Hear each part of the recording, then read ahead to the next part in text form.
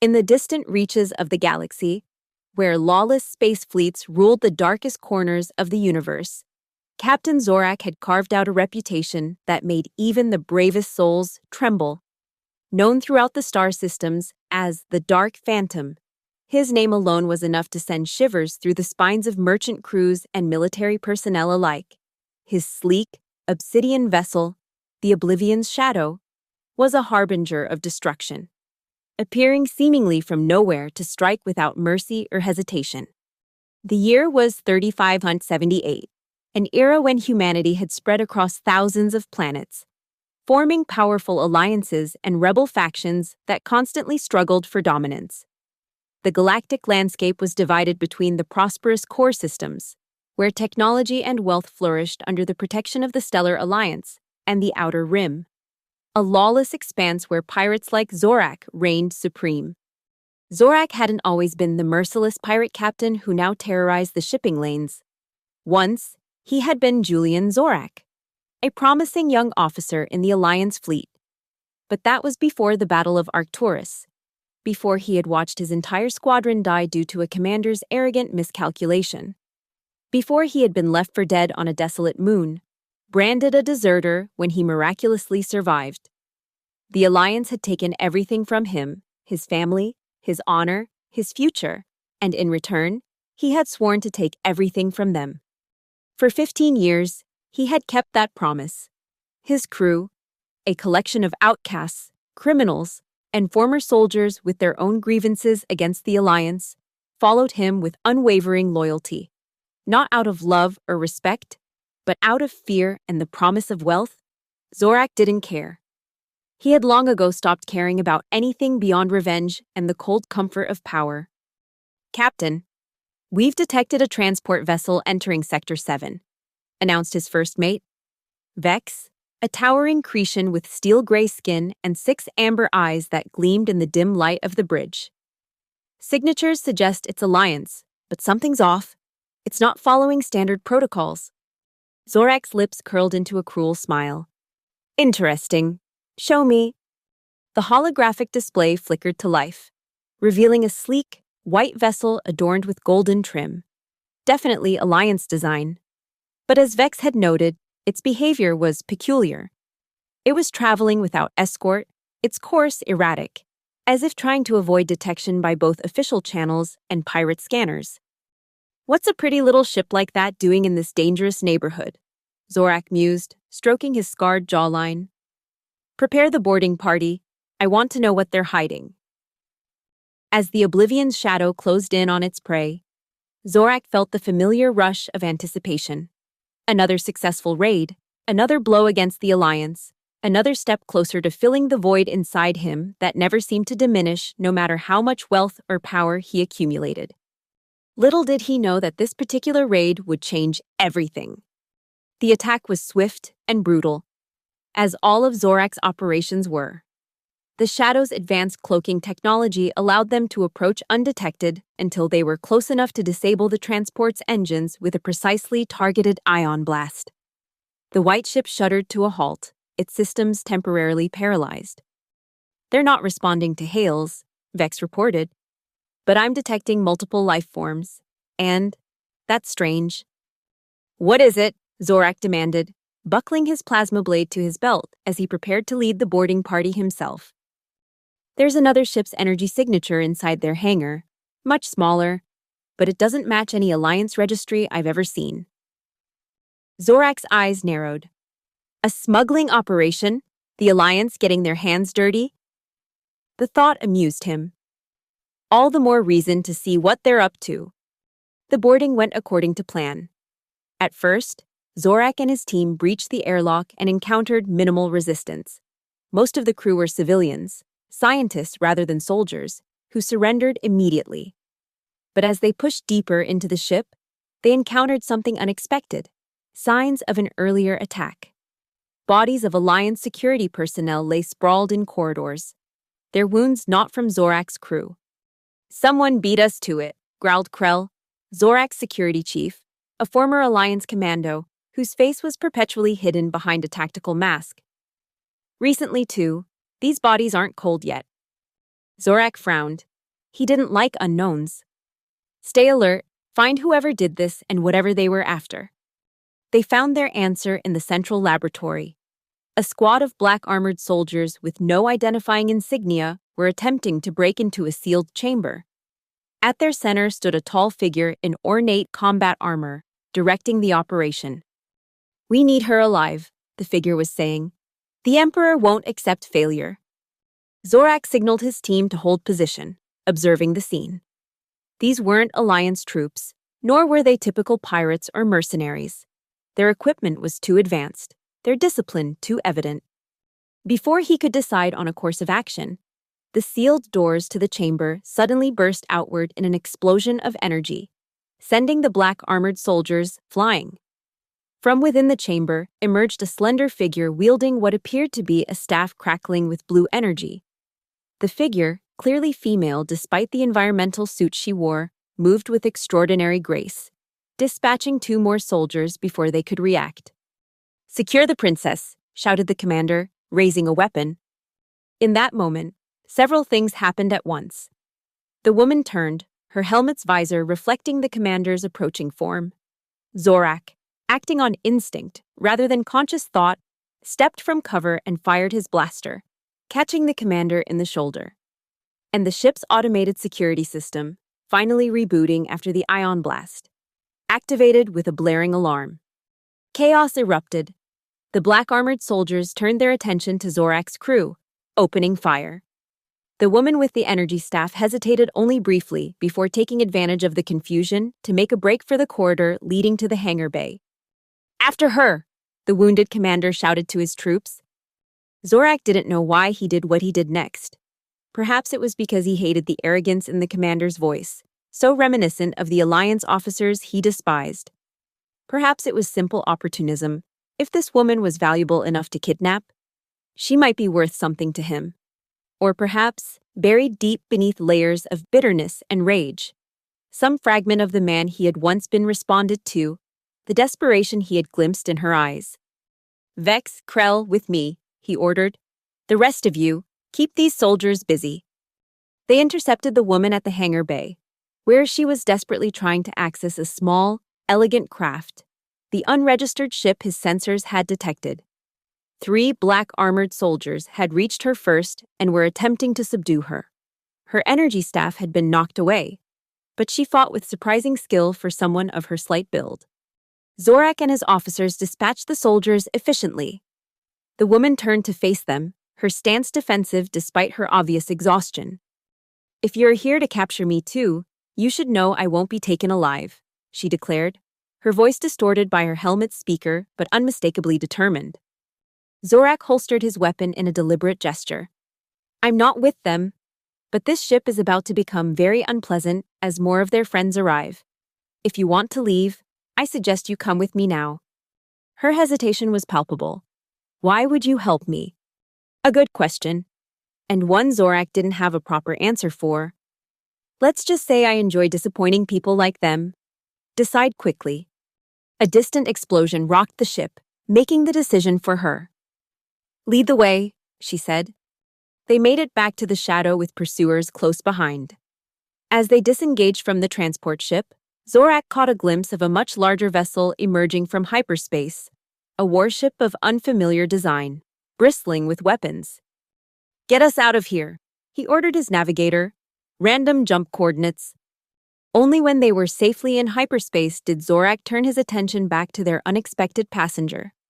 She had removed her helmet, revealing a young woman of perhaps 25 standard years. Her features were striking, high cheekbones, determined jaw, and eyes of such a deep violet they seemed almost luminous. Her hair, bound in a practical braid, was the color of platinum with streaks of pale blue. She carried herself with unmistakable poise, even as she regarded him and his crew with wary caution. "I am Princess Ilara of House Solaran, rightful heir to the throne of Asteria," she announced, her voice clear and authoritative despite her precarious position. "And you have my gratitude, Captain." "Zorak?" he replied, finding himself strangely reluctant to appear uncivilized before this composed young woman. "Captain Zorak of the Oblivion's Shadow." Recognition flickered in her eyes. The pirate. Your reputation precedes you.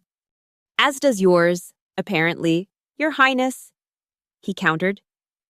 Though I was unaware that Asteria still had a royal family. Last I heard, the planet fell to the Crimson Empire a decade ago. Pain flashed across her face before she mastered it.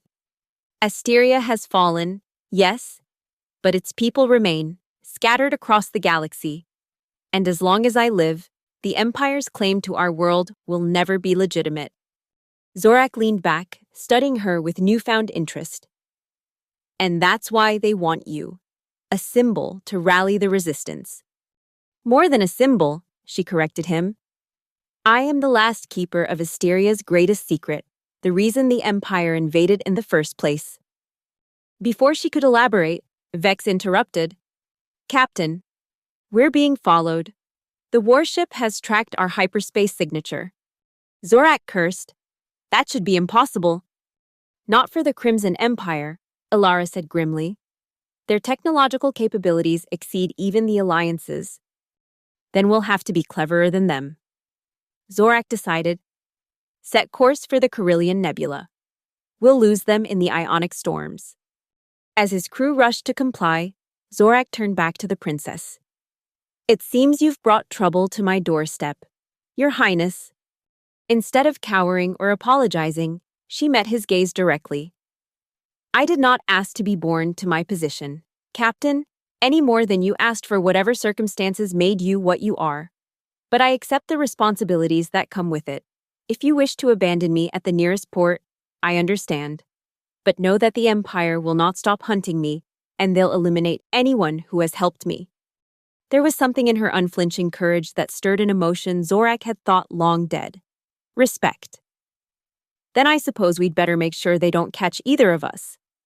The Carillion Nebula was as dangerous as it was beautiful. A vast cloud of multicolored gas and dust, shot through with unpredictable ionic discharges that could cripple a ship's systems. Only the most desperate or foolhardy captains ventured into its depths. Zorak was perhaps both. The Shadow's advanced shielding gave them an advantage over their pursuers, allowing them to penetrate deeper into the nebula than the larger Imperial warship dared to follow. After a tense chase that left both ships damaged, they finally lost their hunters amid the swirling celestial gases. We're clear, Vex reported, the relief evident in his normally stoic voice. But the primary drive is damaged. We'll need to make repairs before we can attempt another hyperspace jump. Zorak nodded. Set course for Helios Station. We have contacts there who can help us lay low while we repair.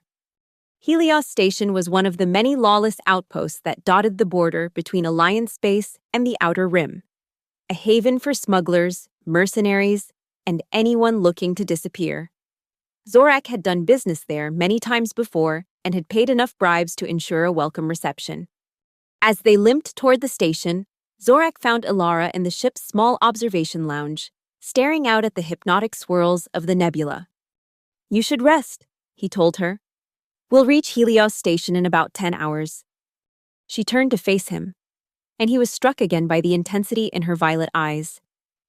Why are you helping me, Captain? Truly? You could have handed me over to the Empire for a significant reward, I'm sure. Zorak hesitated. It was a question he had been asking himself since their escape. I'm not particularly fond of empires, he said finally. Or anyone who thinks they can impose their will on others through force.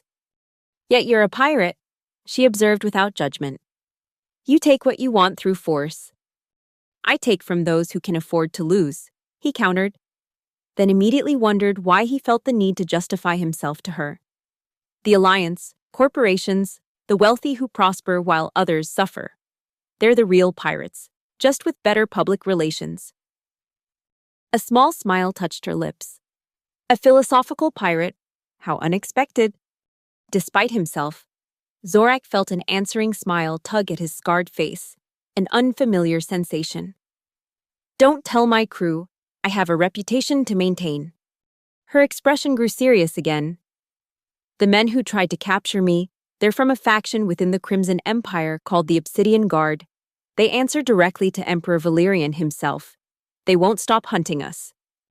Then we'll keep moving. Zorak said simply, I've evaded the Alliance for 15 years. I can evade the Empire too. It's not that simple. She hesitated, then seemed to come to a decision. What I'm about to tell you must remain between us. Not even your crew can know. Intrigued despite his better judgment, Zorak nodded. The reason the Empire invaded Asteria wasn't for its resources or strategic position, she explained. It was for the Stellar Codex, an ancient artifact discovered beneath our capital city. The Codex contains the coordinates and access codes to a network of wormhole gates built by a long-vanished civilization. Whoever controls these gates could move fleets instantly across the galaxy, bypassing all conventional defenses. Zorak felt a chill run down his spine. And you have this codex? She shook her head. Not physically. Before our planet fell, my father, King Armin, underwent a procedure to encode the codex into my genetic structure. The information can only be accessed voluntarily, with my conscious cooperation or by dissecting my brain.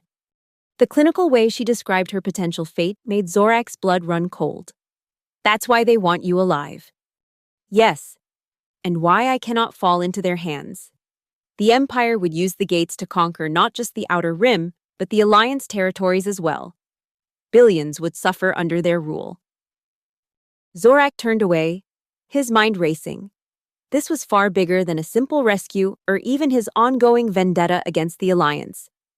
The princess had just handed him information that could reshape the power dynamics of the entire galaxy. So what's your plan? He asked finally. You can't run forever. There's a resistance movement, she replied. Cells of Asterian loyalists and others who oppose the Empire's expansion. If I can reach them, we can work to overthrow Valerian and free my people. Zorak laughed bitterly. Overthrow an empire with a handful of resistance fighters? That's not a plan, princess. That's a fantasy. Her eyes flashed with sudden anger. And what's your plan, Captain? Raid ships until someone finally catches you? Take your revenge on the Alliance one cargo vessel at a time. Which of us is living in a fantasy? Her words struck uncomfortably close to home. For 15 years, Zorak had been driven by rage and the desire for vengeance, yet he was no closer to feeling satisfied than when he began. His life had become an endless cycle of violence that led nowhere. Before he could formulate a response, the ship's alarm blared. Captain, to the bridge, Vex's voice announced over the intercom. We have a situation. The situation, as it turned out, was dire. A patrol of Alliance cruisers had detected their damaged vessel approaching Helios Station and moved to intercept. With their hyperspace drives still offline, they couldn't outrun them. Options? Zorak demanded of his crew. We could try to reach the station before they catch us, suggested Krell. Use the civilian population as cover. Zorak shook his head. They'd lock down the entire station. We'd be trapped. We could surrender, offered the navigator, a thin man named Thorn. Claim we're simple merchants attacked by pirates. With our record, Vex scoffed, they'd identify the Shadow immediately. We fight, declared Vex. The Shadow's weapons are still operational. We might take a few of them with us. Zorak considered their limited choices, aware of Ilara watching silently from the corner of the bridge. Fighting would be suicide against 3 Alliance cruisers, but surrender meant imprisonment at best. And for Ilara, it might mean falling into Imperial hands if her identity was discovered. There's another option, Ilara spoke up suddenly. The nebula. All eyes turned to her. The ionic storms disrupt sensors, she explained. If we go deeper into the nebula instead of heading for the station, we might lose them. The storms would damage our systems further, Vex pointed out. We might not make it out. A calculated risk, she acknowledged, but better than certain capture or death. Wouldn't you agree? Zorak found himself reevaluating the princess. Not only brave, but strategic as well. Set course for the heart of the nebula, he ordered. Full power to shields. The gamble paid off, but at a cost. They successfully evaded the Alliance cruisers, losing them in the electromagnetic interference of a particularly violent storm.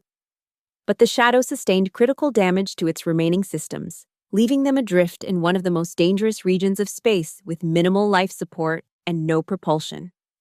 "How long can we survive?" Zorak asked his engineer.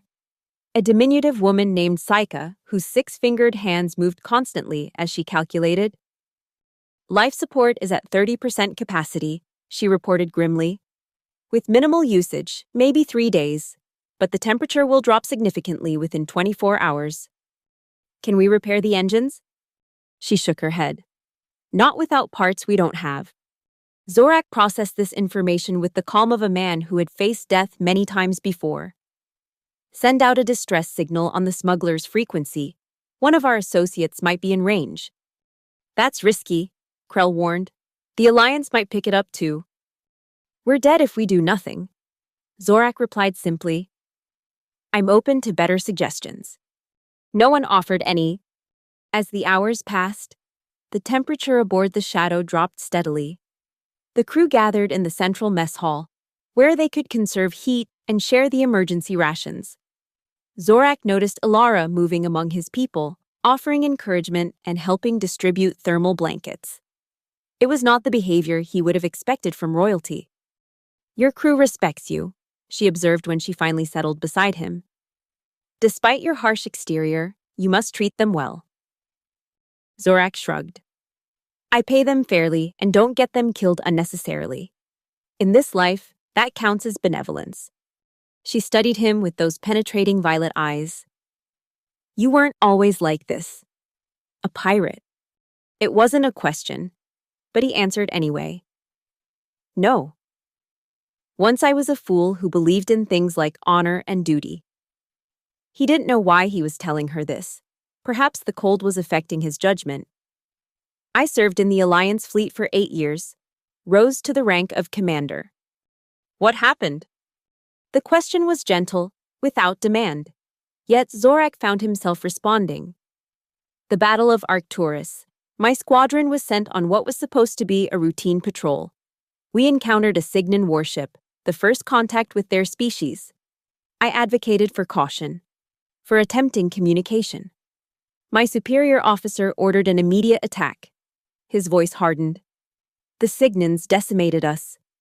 I watched my entire squadron die, one by one. My ship was crippled, life support failing. I managed to reach an escape pod, but the blast from the final explosion sent me off course, to an uninhabited moon." Ilara listened silently, her expression compassionate but not pitying. "I survived there for 6 months before a smuggler's ship picked me up." Zorak continued. "By then, the Alliance had written off all personnel as killed in action. When I tried to report what really happened, I was told the official record would stand. Our squadron had heroically engaged an enemy force and sacrificed themselves to protect Alliance space. My commanding officer, who had given the fatal order from the safety of a command carrier, was promoted for his decisive leadership." "And you were expected to accept this lie," Ilara surmised. "Precisely. When I refused, I was quietly discharged, psychiatric grounds, unfit for service." The bitterness in his voice was palpable. "My family disowned me to protect their military connections. I had nothing left except the truth that no one wanted to hear." "So you became what they accused you of being," she said softly. "A deserter, a criminal." Zorak laughed harshly. "If I was going to be condemned for crimes I didn't commit, I figured I might as well earn my reputation." "And has it brought you peace? This revenge against the Alliance?" The question struck deeper than she could know. "Peace is a luxury for people like you, Princess, people with homes and families and futures. The rest of us settle for survival." She was quiet for a long moment. "My home was destroyed. My family was massacred before my eyes. My future consists of either running for the rest of my life or having my brain dissected by imperial scientists. Yet I still believe in more than mere survival." Her hand, small but surprisingly strong, covered his. "And I think, beneath everything, so do you." Before Zorak could respond, Vex approached urgently. Captain, we've received a response to our distress call. A vessel is approaching, freighter class, registered to Maddox Farrell. Zorak's expression lightened slightly. Maddox is a smuggler who owes me a favor. If anyone can get us out of this nebula, it's him. The rescue wasn't without complications. Maddox Farrell, a grizzled smuggler with a cybernetic eye and a perpetual scowl, was willing to tow the Shadow to his hidden base on Talos 4, a mining colony on the edge of the Outer Rim. But his vessel, the Fortunate Son, wasn't designed for towing operations through the treacherous nebula. It'll be a rough ride, Maddox warned, and I can't guarantee your ship won't sustain more damage. We don't have much choice, Zorak replied. The Shadow's our home. We're not abandoning her. The journey to Talos 4 took 3 harrowing days, during which the Shadow's hull integrity was tested to its limits. The crew worked in shifts to maintain what systems they could, fighting against the cold and the constant threat of critical failure. During this time, Zorak found himself increasingly in Ilara's company. Despite her royal upbringing, she worked alongside everyone else, learning quickly and never complaining about the harsh conditions. Her resilience impressed even the most skeptical members of his crew. She's not what I expected from a princess, Vex commented during a rare, quiet moment. She has spirit. She survived the fall of her civilization, Zorak replied. That kind of experience either breaks you or forges you into something stronger. Like you, Vex's amber eyes studied him carefully. Zorak didn't answer. They reached Talos 4 without further disaster. The mining colony was a grim place, a series of domes and underground facilities built to extract valuable minerals from the planet's toxic surface. But it had the equipment and materials needed to repair the Shadow. And its location far from established trade routes made it unlikely that either the Alliance or the Empire would find them there. Maddox offered them use of his private hangar for repairs. It'll cost you, he said with his characteristic bluntness, but less than you'd pay elsewhere, considering your reputation. Send me the bill, Zorak replied, and add a bonus for the rescue. Already did. Maddox grinned, revealing metal-capped teeth. His cybernetic eye whirred as it focused on Ilara, who stood a short distance away, examining the colony's industrial architecture. Interesting company you're keeping these days, Zorak. That one has trouble written all over her. You have no idea, Zorak muttered. The repairs would take at least 2 weeks. According to Saika's assessment, Zorak secured accommodations for his crew in one of the residential domes and warned them to keep a low profile. Talos 4 might be remote, but news and rumors still traveled, and he had no doubt that both the Alliance and the Empire were searching for them by now. Ilara approached him as he was finalizing arrangements. Captain, I need to contact the Resistance. There's a cell operating in this sector that could help us. Zorak frowned. How do you know they haven't been compromised? The Empire could be monitoring their communications. I have secure protocols, she assured him. Ways to verify their identity without revealing mine. Still, he hesitated.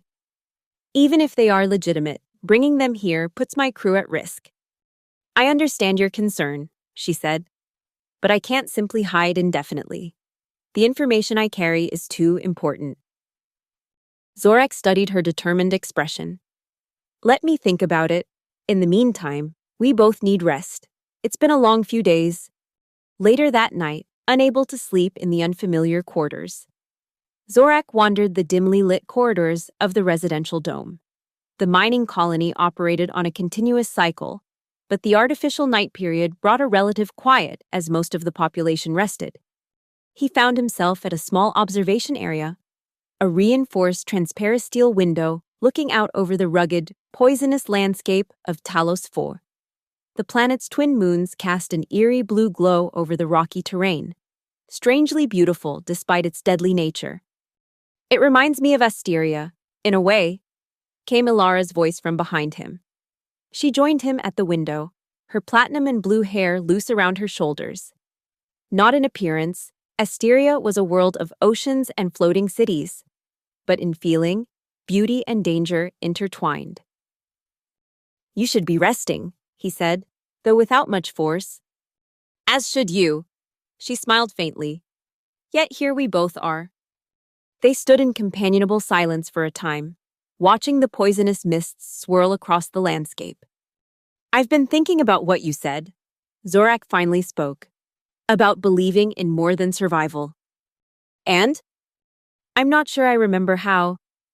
The admission cost him something to make. 15 years is a long time to live with hatred as your only companion. It's never too late to remember, she said softly, or to learn anew. He turned to look at her.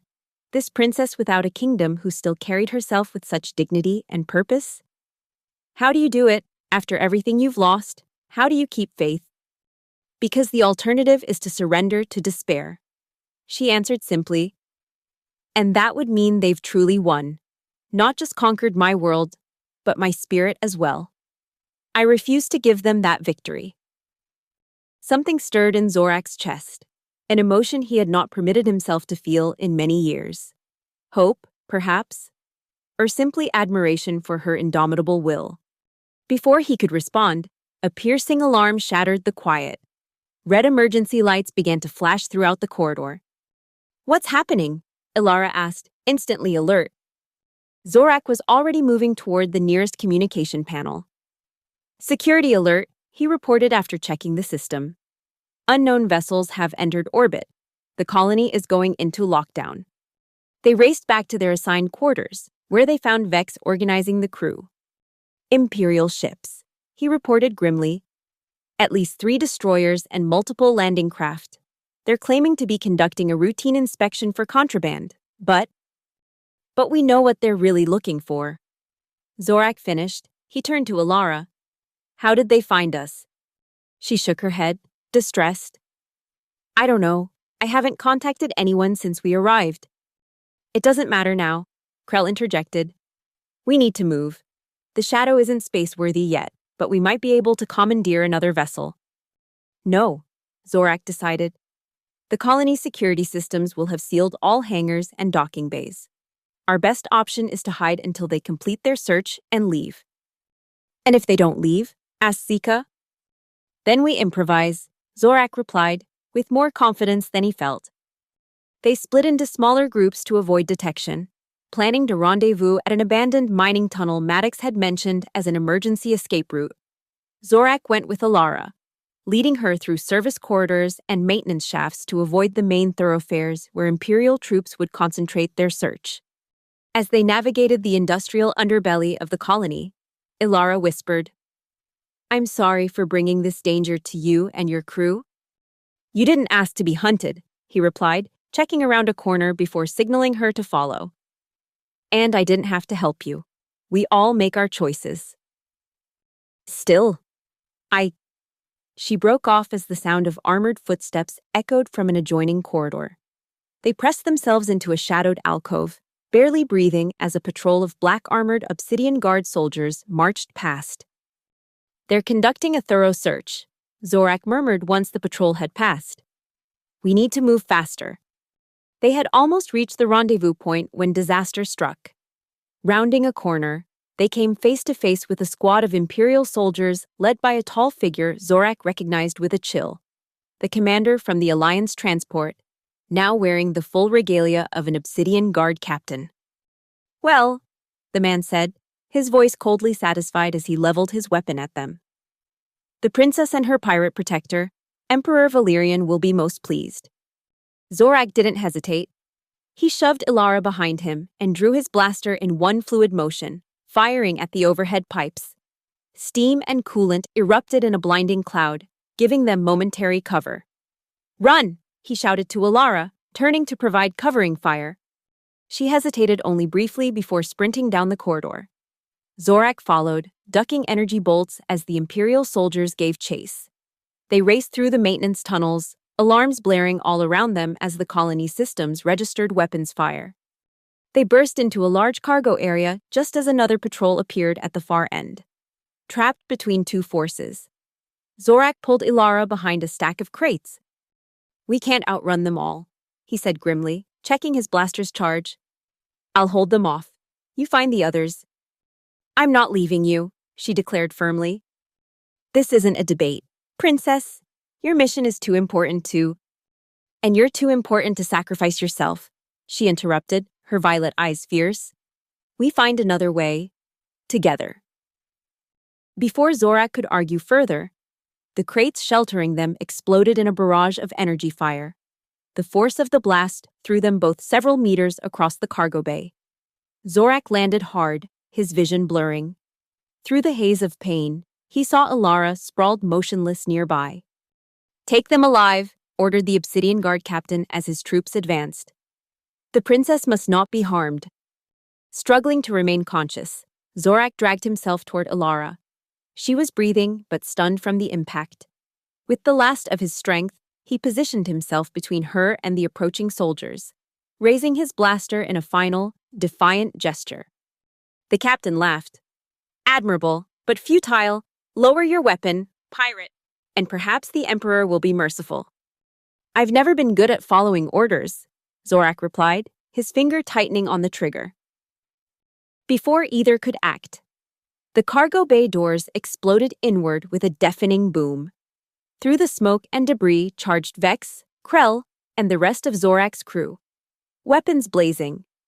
Behind them came a second group, civilians armed with mining tools and improvised weapons.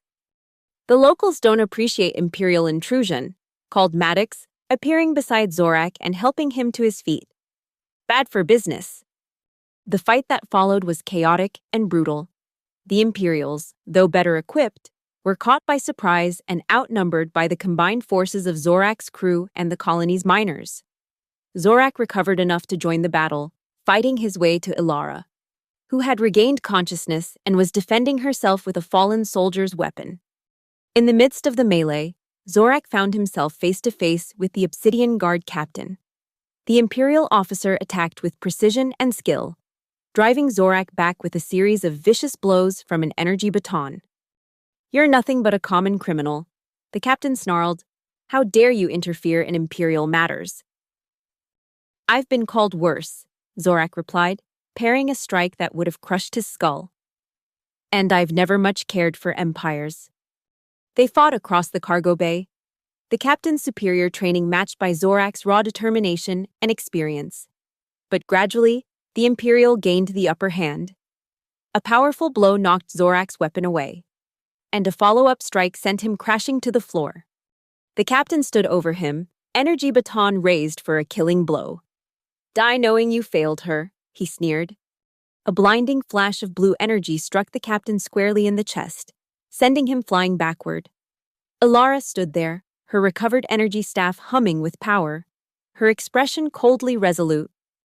He didn't fail me, she stated, and neither will my people. The tide of battle had turned decisively. The remaining Imperial soldiers were retreating, overwhelmed by the defenders' ferocity. Zorak's crew had suffered injuries but no casualties, a fact he noted with profound relief as Ilara helped him to his feet. We need to leave before reinforcements arrive, Maddox urged, approaching them. I've prepared a ship, not as fancy as your shadow, but it'll get you off-world. What about the colony? Ilara asked, concern evident in her voice. The people here risked their lives to help us. Talos 4 has survived Imperial attention before, Maddox assured her. We'll go dark for a while, blame the Resistance. By the time they complete their investigation, you'll be long gone. Zorak looked at his damaged ship, still under repair in Maddox's hangar. The shadow had been his home and his weapon for 15 years. Leaving her behind felt like abandoning a part of himself. Sensing his thoughts, Ilara touched his arm gently. Sometimes we must leave things behind to move forward. Their escape from Talos 4 was narrow but successful. Maddox provided them with a modified freighter, the Wayward Star, well-equipped for stealth running. Zorak's crew, though disappointed about the shadow, adapted quickly to their new vessel. They plotted a complex course through rarely used hyperspace lanes, hoping to shake any Imperial pursuit. During the journey, Ilara finally made contact with the Resistance using the ship's secure communication system. The response was cautious but confirmed a rendezvous point at a hidden base in the Sargasso Nebula. a region notorious for spatial anomalies that made it difficult to navigate but excellent for concealing secret operations. As they traveled, a subtle but significant change occurred within the ship's dynamics. What had begun as a reluctant rescue had evolved into a committed mission. Zorak's crew, hardened pirates though they were, had been moved by Ilara's courage and the stark reality of imperial cruelty they had witnessed firsthand. Moreover, they had fought alongside the miners of Talos IV, ordinary people standing against oppression, and the experience had awakened something long dormant in many of them. For Zorak himself, the transformation was even more profound. His conversations with Ilara continued and deepened. She shared stories of Asteria's floating cities and crystal seas, of a civilization built on knowledge and harmony with their environment. He found himself increasingly drawn to her vision of resistance not just as a fight against the Empire, but as a struggle to preserve something worth saving. "Your people must have been extraordinary," he remarked one evening as they shared a quiet meal in the ship's galley after the rest of the crew had retired. "They were flawed, as all societies are," she replied thoughtfully. "But they strived for something better. Our greatest achievement wasn't our technology or our cities, but our commitment to the idea that power should serve rather than dominate. A rare concept in this galaxy," Zorak observed. "But not an impossible one." Her violet eyes held his. "That's what we're fighting for, ultimately, not just to defeat the Empire, but to create something better in its place." "And you believe that's possible, after everything you've seen?" "I have to," she said simply. "Otherwise, what's the point of any of this?" Her unwavering faith both puzzled and attracted him. Zorak had spent so long focusing on what he was against that he had almost forgotten what it meant to be for something. Ilara's presence in his life was changing that, reopening doors he had thought permanently sealed. They reached the Sargasso Nebula after 2 weeks of careful travel. The resistance base was ingeniously concealed within an asteroid field, its energy signatures disguised to mimic natural phenomena. As they approached, they were met by a squadron of sleek fighters that escorted them through the treacherous field to a hidden docking bay carved into the largest asteroid. The reception committee that greeted them was a diverse group: former Alliance military, civilians from worlds conquered by the Empire, and a significant number of Asterians, recognizable by their distinctive coloring similar to Ilara's. At their head stood a tall, dignified man with a cybernetic arm and the bearing of a career soldier. "Princess Ilara," he said, bowing formally. "I am General Darian Voss, commander of the Free Asterian Forces. We had almost given up hope of finding you alive. It takes more than the Empire to kill me." "General." Ilara replied with a hint of humor before her expression grew serious. "I bring both hope and warning. The Empire knows about the Stellar Codex." A murmur ran through the assembled resistance fighters at this news. "And yet you eluded them," Voss observed, his gaze shifting to Zorak and his crew with obvious suspicion. "With the help of pirates?" "Captain Zorak and his people saved my life multiple times," Ilara stated firmly. "They are allies and will be treated as such." Despite this endorsement, the welcome they received from the resistance fighters was decidedly cool. Zorak didn't blame them. Pirates weren't known for their trustworthiness, and the stakes these people were fighting for couldn't be higher. "Your crew will be provided quarters in the visitor section," Voss informed Zorak stiffly. "I must ask that you remain there until we've conducted a security assessment." "You mean until you've decided if we're Imperial spies?" Zorak translated bluntly. "Fair enough.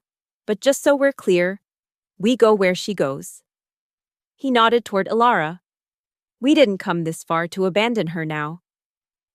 Voss's expression hardened, but before he could respond, Ilara intervened. "Captain Zorak and his officers will attend the Strategic Council," she declared, her tone brooking no argument. "They have earned that right, and we need their expertise." Reluctantly, Voss agreed. The Strategic Council, held in a secure chamber deep within the asteroid, brought together the Resistance's senior leadership. Zorak, accompanied by Vex and Krell, found themselves facing suspicious glares from around the table as Alara presented her report on the Empire's hunt for the Stellar Codex. "The information is secure," she assured them, "but the Empire won't stop searching, and now they know I'm alive. Their efforts will only intensify." "Then perhaps it's time we took the offensive," suggested a scarred woman introduced as Commander Lyra, head of intelligence operations. "The Codex gives us the potential to strike at the heart of the Empire, bypassing their defenses entirely." "It's not that simple," Alara cautioned. "The ancient gates require specific activation sequences. Using them improperly could create spatial ruptures that would devastate entire systems." "With respect, Your Highness," Voss interjected, "we've been fighting a defensive war for 10 years. Our resources are dwindling, our safe havens increasingly compromised.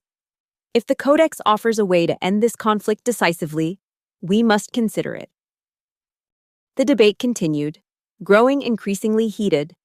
Zorak remained silent, observing the dynamics at play. He recognized the desperation driving Voss and his commanders. They were losing a war of attrition against an enemy with vastly superior resources. Finally, he spoke. "You're thinking too conventionally." All eyes turned to him, most with hostility. "Explain yourself, pirate," Voss demanded.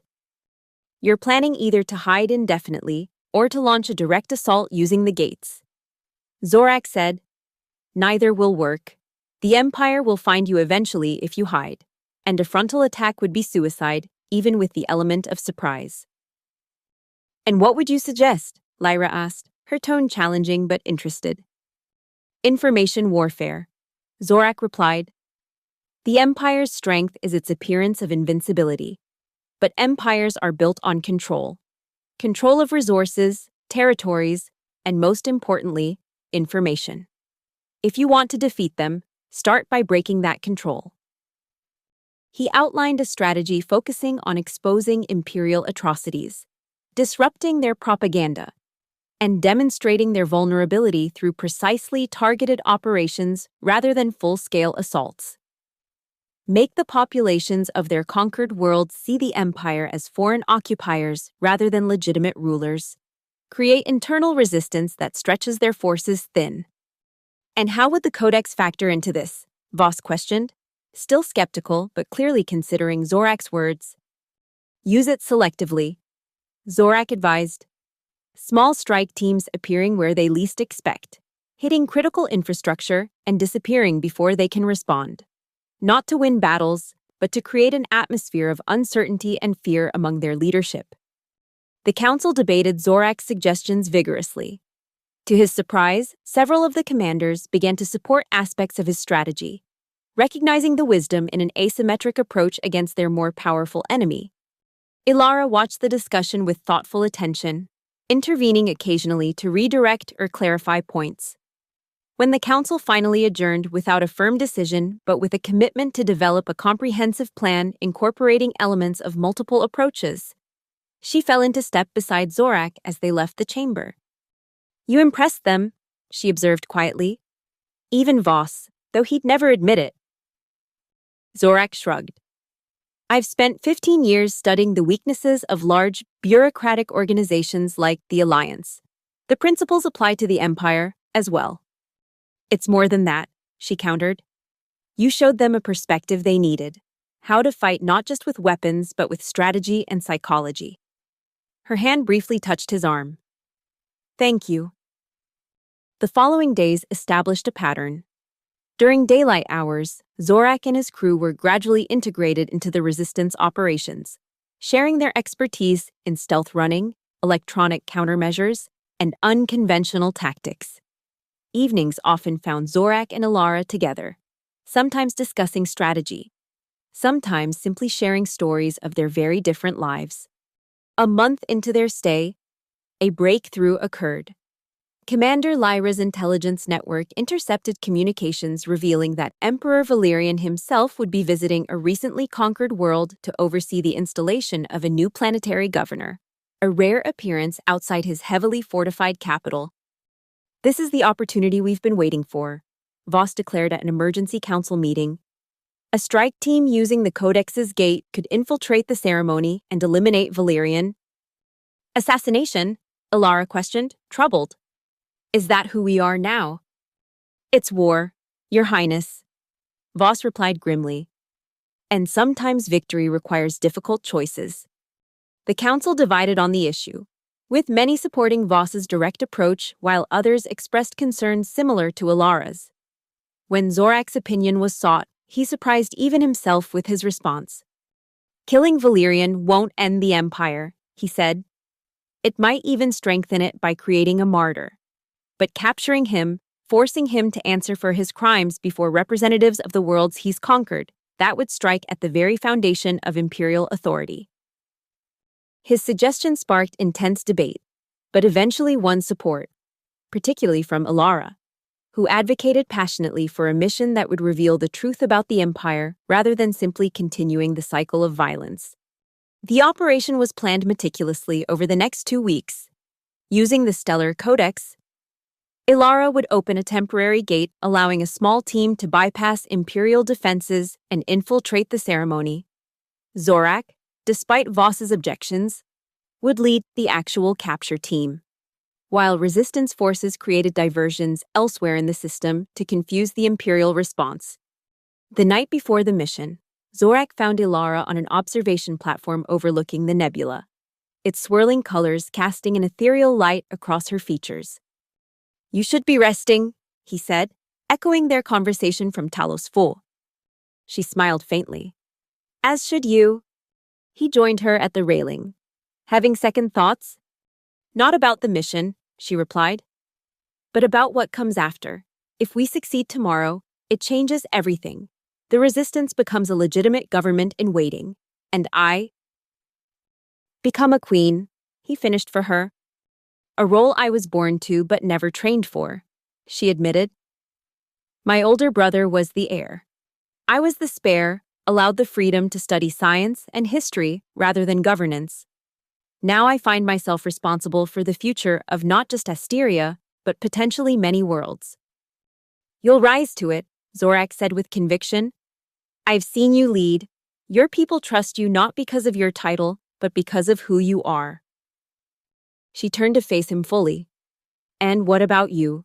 If we succeed, what then? Return to piracy?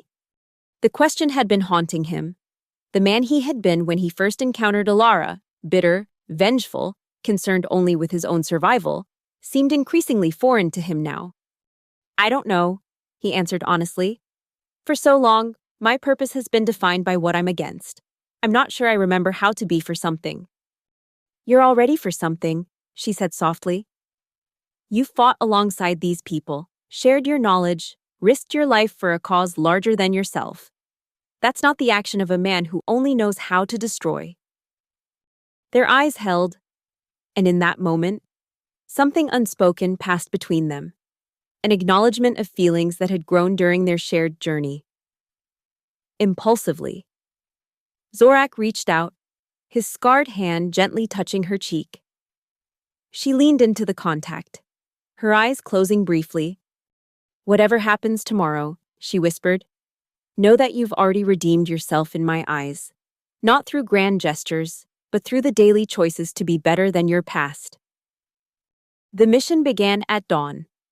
Ilara, drawing on the codex encoded within her genetic structure, activated an ancient protocol that opened a shimmering portal in the center of the Resistance base's main hangar. Through it, they could see the ornate Capitol building of Nexus Prime, the conquered world where Valerian would appear. The gate will remain stable for 6 hours, Ilara explained to the strike team. After that, the energy requirements become too great for me to maintain. Zorak, dressed in the formal attire of an imperial diplomatic attaché, nodded his understanding. We'll be back with our guest of honor well before then. His team, consisting of Vex, Krell, and 4 of the Resistance's elite operatives, were similarly disguised as imperial officials and security personnel. Their forged credentials, courtesy of Commander Lyra's exceptional forgery unit, would get them into the outer perimeter of the ceremony. After that, they would rely on precise timing and the confusion created by the Resistance's diversionary attacks. Be careful, Ilara told Zorak quietly as the team prepared to depart. Emperor Valerian is more dangerous than he appears. He didn't conquer half the galaxy through luck. I'll keep that in mind, Zorak promised. On impulse, he leaned forward and briefly pressed his lips to hers. For luck, he murmured, then turned and led his team through the shimmering portal before she could respond. The infiltration proceeded according to plan. At first, their credentials passed inspection, allowing them access to the Grand Plaza where the ceremony would take place. Security was heavy but focused primarily on the main entrances rather than on those already inside the perimeter. The plaza gradually filled with imperial officials, local dignitaries, and military officers. Zorak and his team spread out, taking positions that would allow them to converge quickly when Valerian arrived. Through their concealed communicators, they received updates on the diversionary attacks beginning in the system's outer reaches. Resistance ships hitting Imperial patrols and communications relays. Imperial response is dividing, reported Commander Lyra from the base. They're dispatching forces to investigate multiple sectors. The ceremony began with pompous speeches from various officials praising the Empire's benevolent guidance of its newest member world. Zorak observed the local population representatives, noting their carefully neutral expressions that masked what he suspected was simmering resentment. Finally, with a flourish of imperial fanfare, Emperor Valerian made his entrance. Zorak's first impression was surprise at the Emperor's relative youth, perhaps 40 standard years, and his unassuming physical presence, of medium height and build, with features that would be forgettable in any other context. Valerian seemed an unlikely architect of galactic conquest. Only his eyes, cold and calculating, hinted at the ruthless intelligence that had built an empire. Position confirmed, Zorak murmured into his communicator. Preparing for extraction, the plan called for them to wait until Valerian's speech was nearly complete before making their move. The ceremony would be at its most relaxed point, and the diversionary attacks would have drawn away maximum Imperial forces. But as Valerian took the podium and began to speak, Zorak noticed something troubling. The Obsidian Guard captain, the same man they had encountered twice before, was scanning the crowd with unusual intensity, his gaze moving methodically across the assembled dignitaries. "We may have a problem," Zorak whispered. "Possible security alert." Before his team could respond, the captain's eyes locked onto Zorak's. Recognition flashed across his face, followed by a cold smile. He raised his communicator, clearly about to sound an alarm. "Abort!" Zorak commanded immediately. "Our cover's blown. Fall back to extraction point." But it was too late. Alarm klaxons blared across the plaza as the captain shouted orders to his troops. Imperial soldiers moved to secure the exits while the Obsidian Guard formed a protective cordon around Valerian. "So much for subtlety," muttered Krell, drawing his concealed weapon. "Plan B. Fight our way out," Zorak confirmed grimly, "and try to complete the mission if possible." What followed was a chaotic battle across the ceremonial plaza. Zorak's team, though outnumbered, had the advantage of surprise and superior combat skills. They fought their way toward Valerian, who was being hustled toward a secure exit by his guards. In the midst of the firefight, Zorak found himself once again facing the Obsidian Guard captain. "You're persistent, pirate," the captain snarled, activating an energy blade. "But your luck ends here." "It's not luck," Zorak replied, drawing his own blade. "It's conviction." They clashed in a furious duel that carried them across the plaza. The captain was technically superior, his training evident in every precise movement. But Zorak fought with the desperation of a man who had found something worth fighting for after years of emptiness. A vicious slash caught Zorak across the ribs, sending pain lancing through his body. He staggered, nearly falling. The captain pressed his advantage, driving Zorak back toward a decorative fountain. "You had no chance." The Imperial gloated. "The Empire is eternal. Your pathetic resistance is merely the final spasm of a dying age." Zorak's back hit the fountain's edge. The captain raised his blade for a killing stroke and jerked suddenly as a plasma bolt struck him from behind. He collapsed, revealing Vex standing several meters away, his weapon still raised. "You talk too much," the Cretan growled at the fallen officer. Zorak had no time to thank his first mate. Across the plaza, he spotted Valerian being escorted into an armored transport. "The Emperor's escaping," he shouted over the communicator. "All units converge on the south exit." Despite their best efforts, they couldn't reach Valerian before the transport lifted off. Zorak, bleeding from his wound but still mobile, led his team in a fighting retreat toward their extraction point, an abandoned maintenance tunnel that connected to the ancient gate network Ilara had accessed. They were nearly there when Imperial reinforcements cut them off. Surrounded and outgunned, they prepared for a last stand. "It was a good plan," Vex commented, reloading his weapon. "Would have worked if not for that captain." "It still might," came a new voice. A shimmering portal appeared in the air before them, and through it stepped Ilara, accompanied by a squad of resistance fighters. She wielded her energy staff with practiced skill, carving a path through the startled Imperial soldiers. "This way," she called to Zorak's team. "Quickly." They didn't need to be told twice.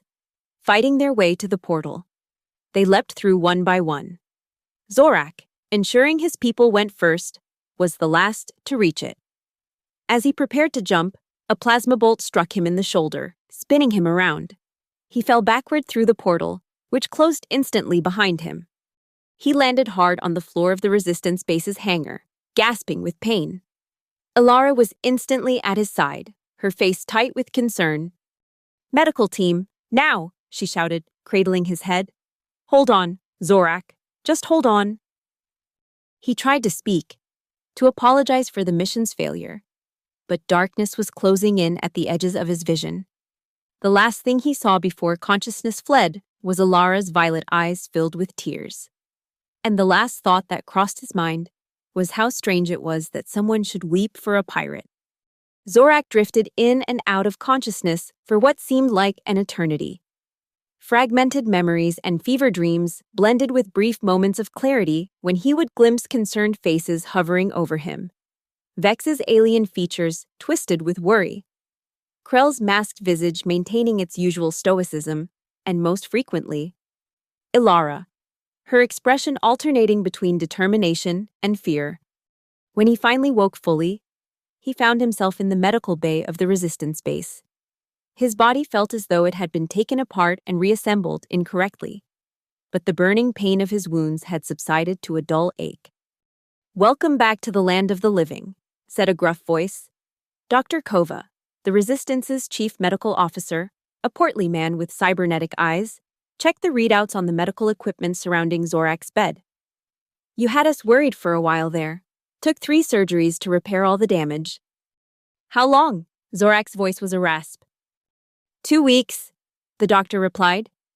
"The plasma bolt that hit your shoulder was bad enough, but it was the poison coating the blade that nearly killed you. Nasty Imperial concoction designed to ensure their enemies don't survive even minor wounds." Zorak processed this information slowly, his mind still foggy. "The others? My crew?" "All fine," Kova assured him. "Minor injuries only. They've been driving my staff crazy visiting you." He paused, then added with a hint of humor, "Not as crazy as the princess, though. Had to order her to leave your bedside and get some rest." As if summoned by his words, the door to the medical bay slid open, and Ilara entered. She looked tired, with dark circles under her violet eyes, but her face lit up when she saw Zorak conscious. "You're awake," she said, moving quickly to his side. "How do you feel?" "Like I picked a fight with a Signan warship," he replied weakly, "and lost." She smiled, taking his hand. "Dr. Kova says you'll recover fully, with time." "I'll give you two some privacy," the doctor said, tactfully withdrawing to another part of the medical bay. When they were alone, Zorak asked the question foremost in his mind. "The mission?" Her expression sobered. "We didn't capture Valerian, but the operation wasn't a complete failure. The Imperial response to our diversionary attacks revealed weaknesses in their command structure that Commander Lyra is already exploiting. And most importantly, we demonstrated that the Emperor himself is vulnerable. The mystique of Imperial invincibility has been damaged. Small consolation, Zorak muttered. Don't underestimate its value, she countered. Already, we're receiving reports of increased resistance activities on 3 Imperial-controlled worlds. Your strategy of information warfare is working. The story of Emperor Valerian fleeing from a handful of resistance fighters is spreading despite Imperial censorship. Zorak was silent for a moment, absorbing this. Then he asked, "What now?" "Now?" Ilara's expression softened. "Now you focus on healing. And then we continue fighting. The war has entered a new phase. The resistance is growing stronger every day, and the Empire knows it." He repeated. "You still include me in your plans?" "Of course." She seemed surprised by the question. Unless you wish to leave, your debt, if you ever felt one, has certainly been paid." The thought of returning to his old life, of the Oblivion's shadow prowling shipping lanes, taking what he wanted through force and intimidation, now seemed hollow, even repugnant. The man who had lived that life felt like a stranger to him now. "My place is here," he said simply, "if you'll have me." The relief in her eyes was answer enough, but she said it anyway. "I would have it no other way." In the months that followed, the resistance transformed from a scattered collection of cells into a coordinated movement. Zorak, once he recovered, became an integral part of its leadership, his tactical brilliance and knowledge of Imperial vulnerabilities proving invaluable.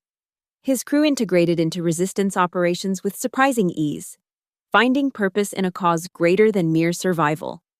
The war was far from over. The Empire remained powerful, controlling vast resources and territories. But the balance was shifting, imperceptibly at first, then with gathering momentum, world by world, system by system. The resistance grew, fueled by hope that had been absent for too long. Throughout it all, Zorak and Ilara grew closer, their bond deepening from respect to friendship to something more profound. They led together, she with her unwavering moral compass and vision of a better future, he with his strategic mind and hard-won wisdom about the darker aspects of existence. They complemented each other, each making the other stronger. 1 year after the failed mission to capture Valerian, they stood together on the bridge of the Phoenix, the Resistance flagship. Before them on the main view screen was a sight few had dared to hope for. The crystal spires of Asteria's capital rising from the azure waters of the homeworld Ilara had been forced to flee a decade earlier. "It's time," General Voss announced, now a staunch ally and friend. "Our forces are in position. The Imperial garrison is isolated from reinforcement." Ilara took a deep breath, her eyes fixed on the world of her birth. Begin the liberation. The battle for Asteria became a turning point in the war against the Empire. Using the Stellar Codex, resistance forces appeared simultaneously at key locations across the planet, overwhelming the Imperial defenses before they could mount an effective response. Within 3 days, the Imperial governor surrendered, and the Crimson Empire's flag was lowered from Asteria's governmental complex for the first time in a decade. Zorak stood beside Ilara as she addressed her people from the balcony of the royal palace. The crowds that filled the plaza below were jubilant, celebrating not just their liberation, but the return of their princess, now their queen. "Today marks not an ending, but a beginning," she told them, her voice carrying clearly in the hushed silence that had fallen over the multitude. "Asteria is free, but many worlds remain under Imperial oppression. Our fight continues until all people can determine their own destiny without fear." The response was thunderous approval. As the cheers washed over them, Ilara turned to Zorak, taking his hand publicly before her people.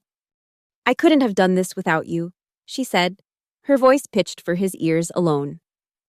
"You would have found a way," he replied with certainty. "Your strength was always there. I just helped you see it." "As you helped me see yours," she smiled, squeezing his hand, The lost pirate and the exiled princess. Who would have thought our paths would lead here? Zorak looked out over the celebrating crowds, then back to the remarkable woman beside him. Once, he had been defined by hatred and the desire for revenge. Now, improbably, he found himself fighting for hope, for a future worth building. "It's not where the path begins that matters," he said finally. "It's where you choose to take it." As Asteria's twin suns set behind the crystal spires of the capital, painting the sky in hues of gold and crimson, Zorak reflected on the strange journey that had brought him to this moment. From the darkness of space to the light of redemption. From a man with nothing to lose to one with everything to fight for. The war against the Empire would continue, with battles yet to be fought and sacrifices to be made.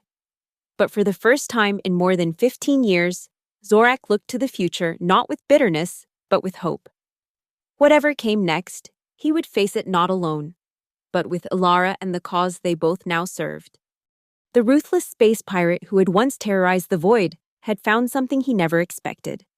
A purpose beyond revenge, a love he had thought himself incapable of feeling, and a soul he had believed long lost to darkness. Some would call it redemption. Zorak simply called it finding his way home.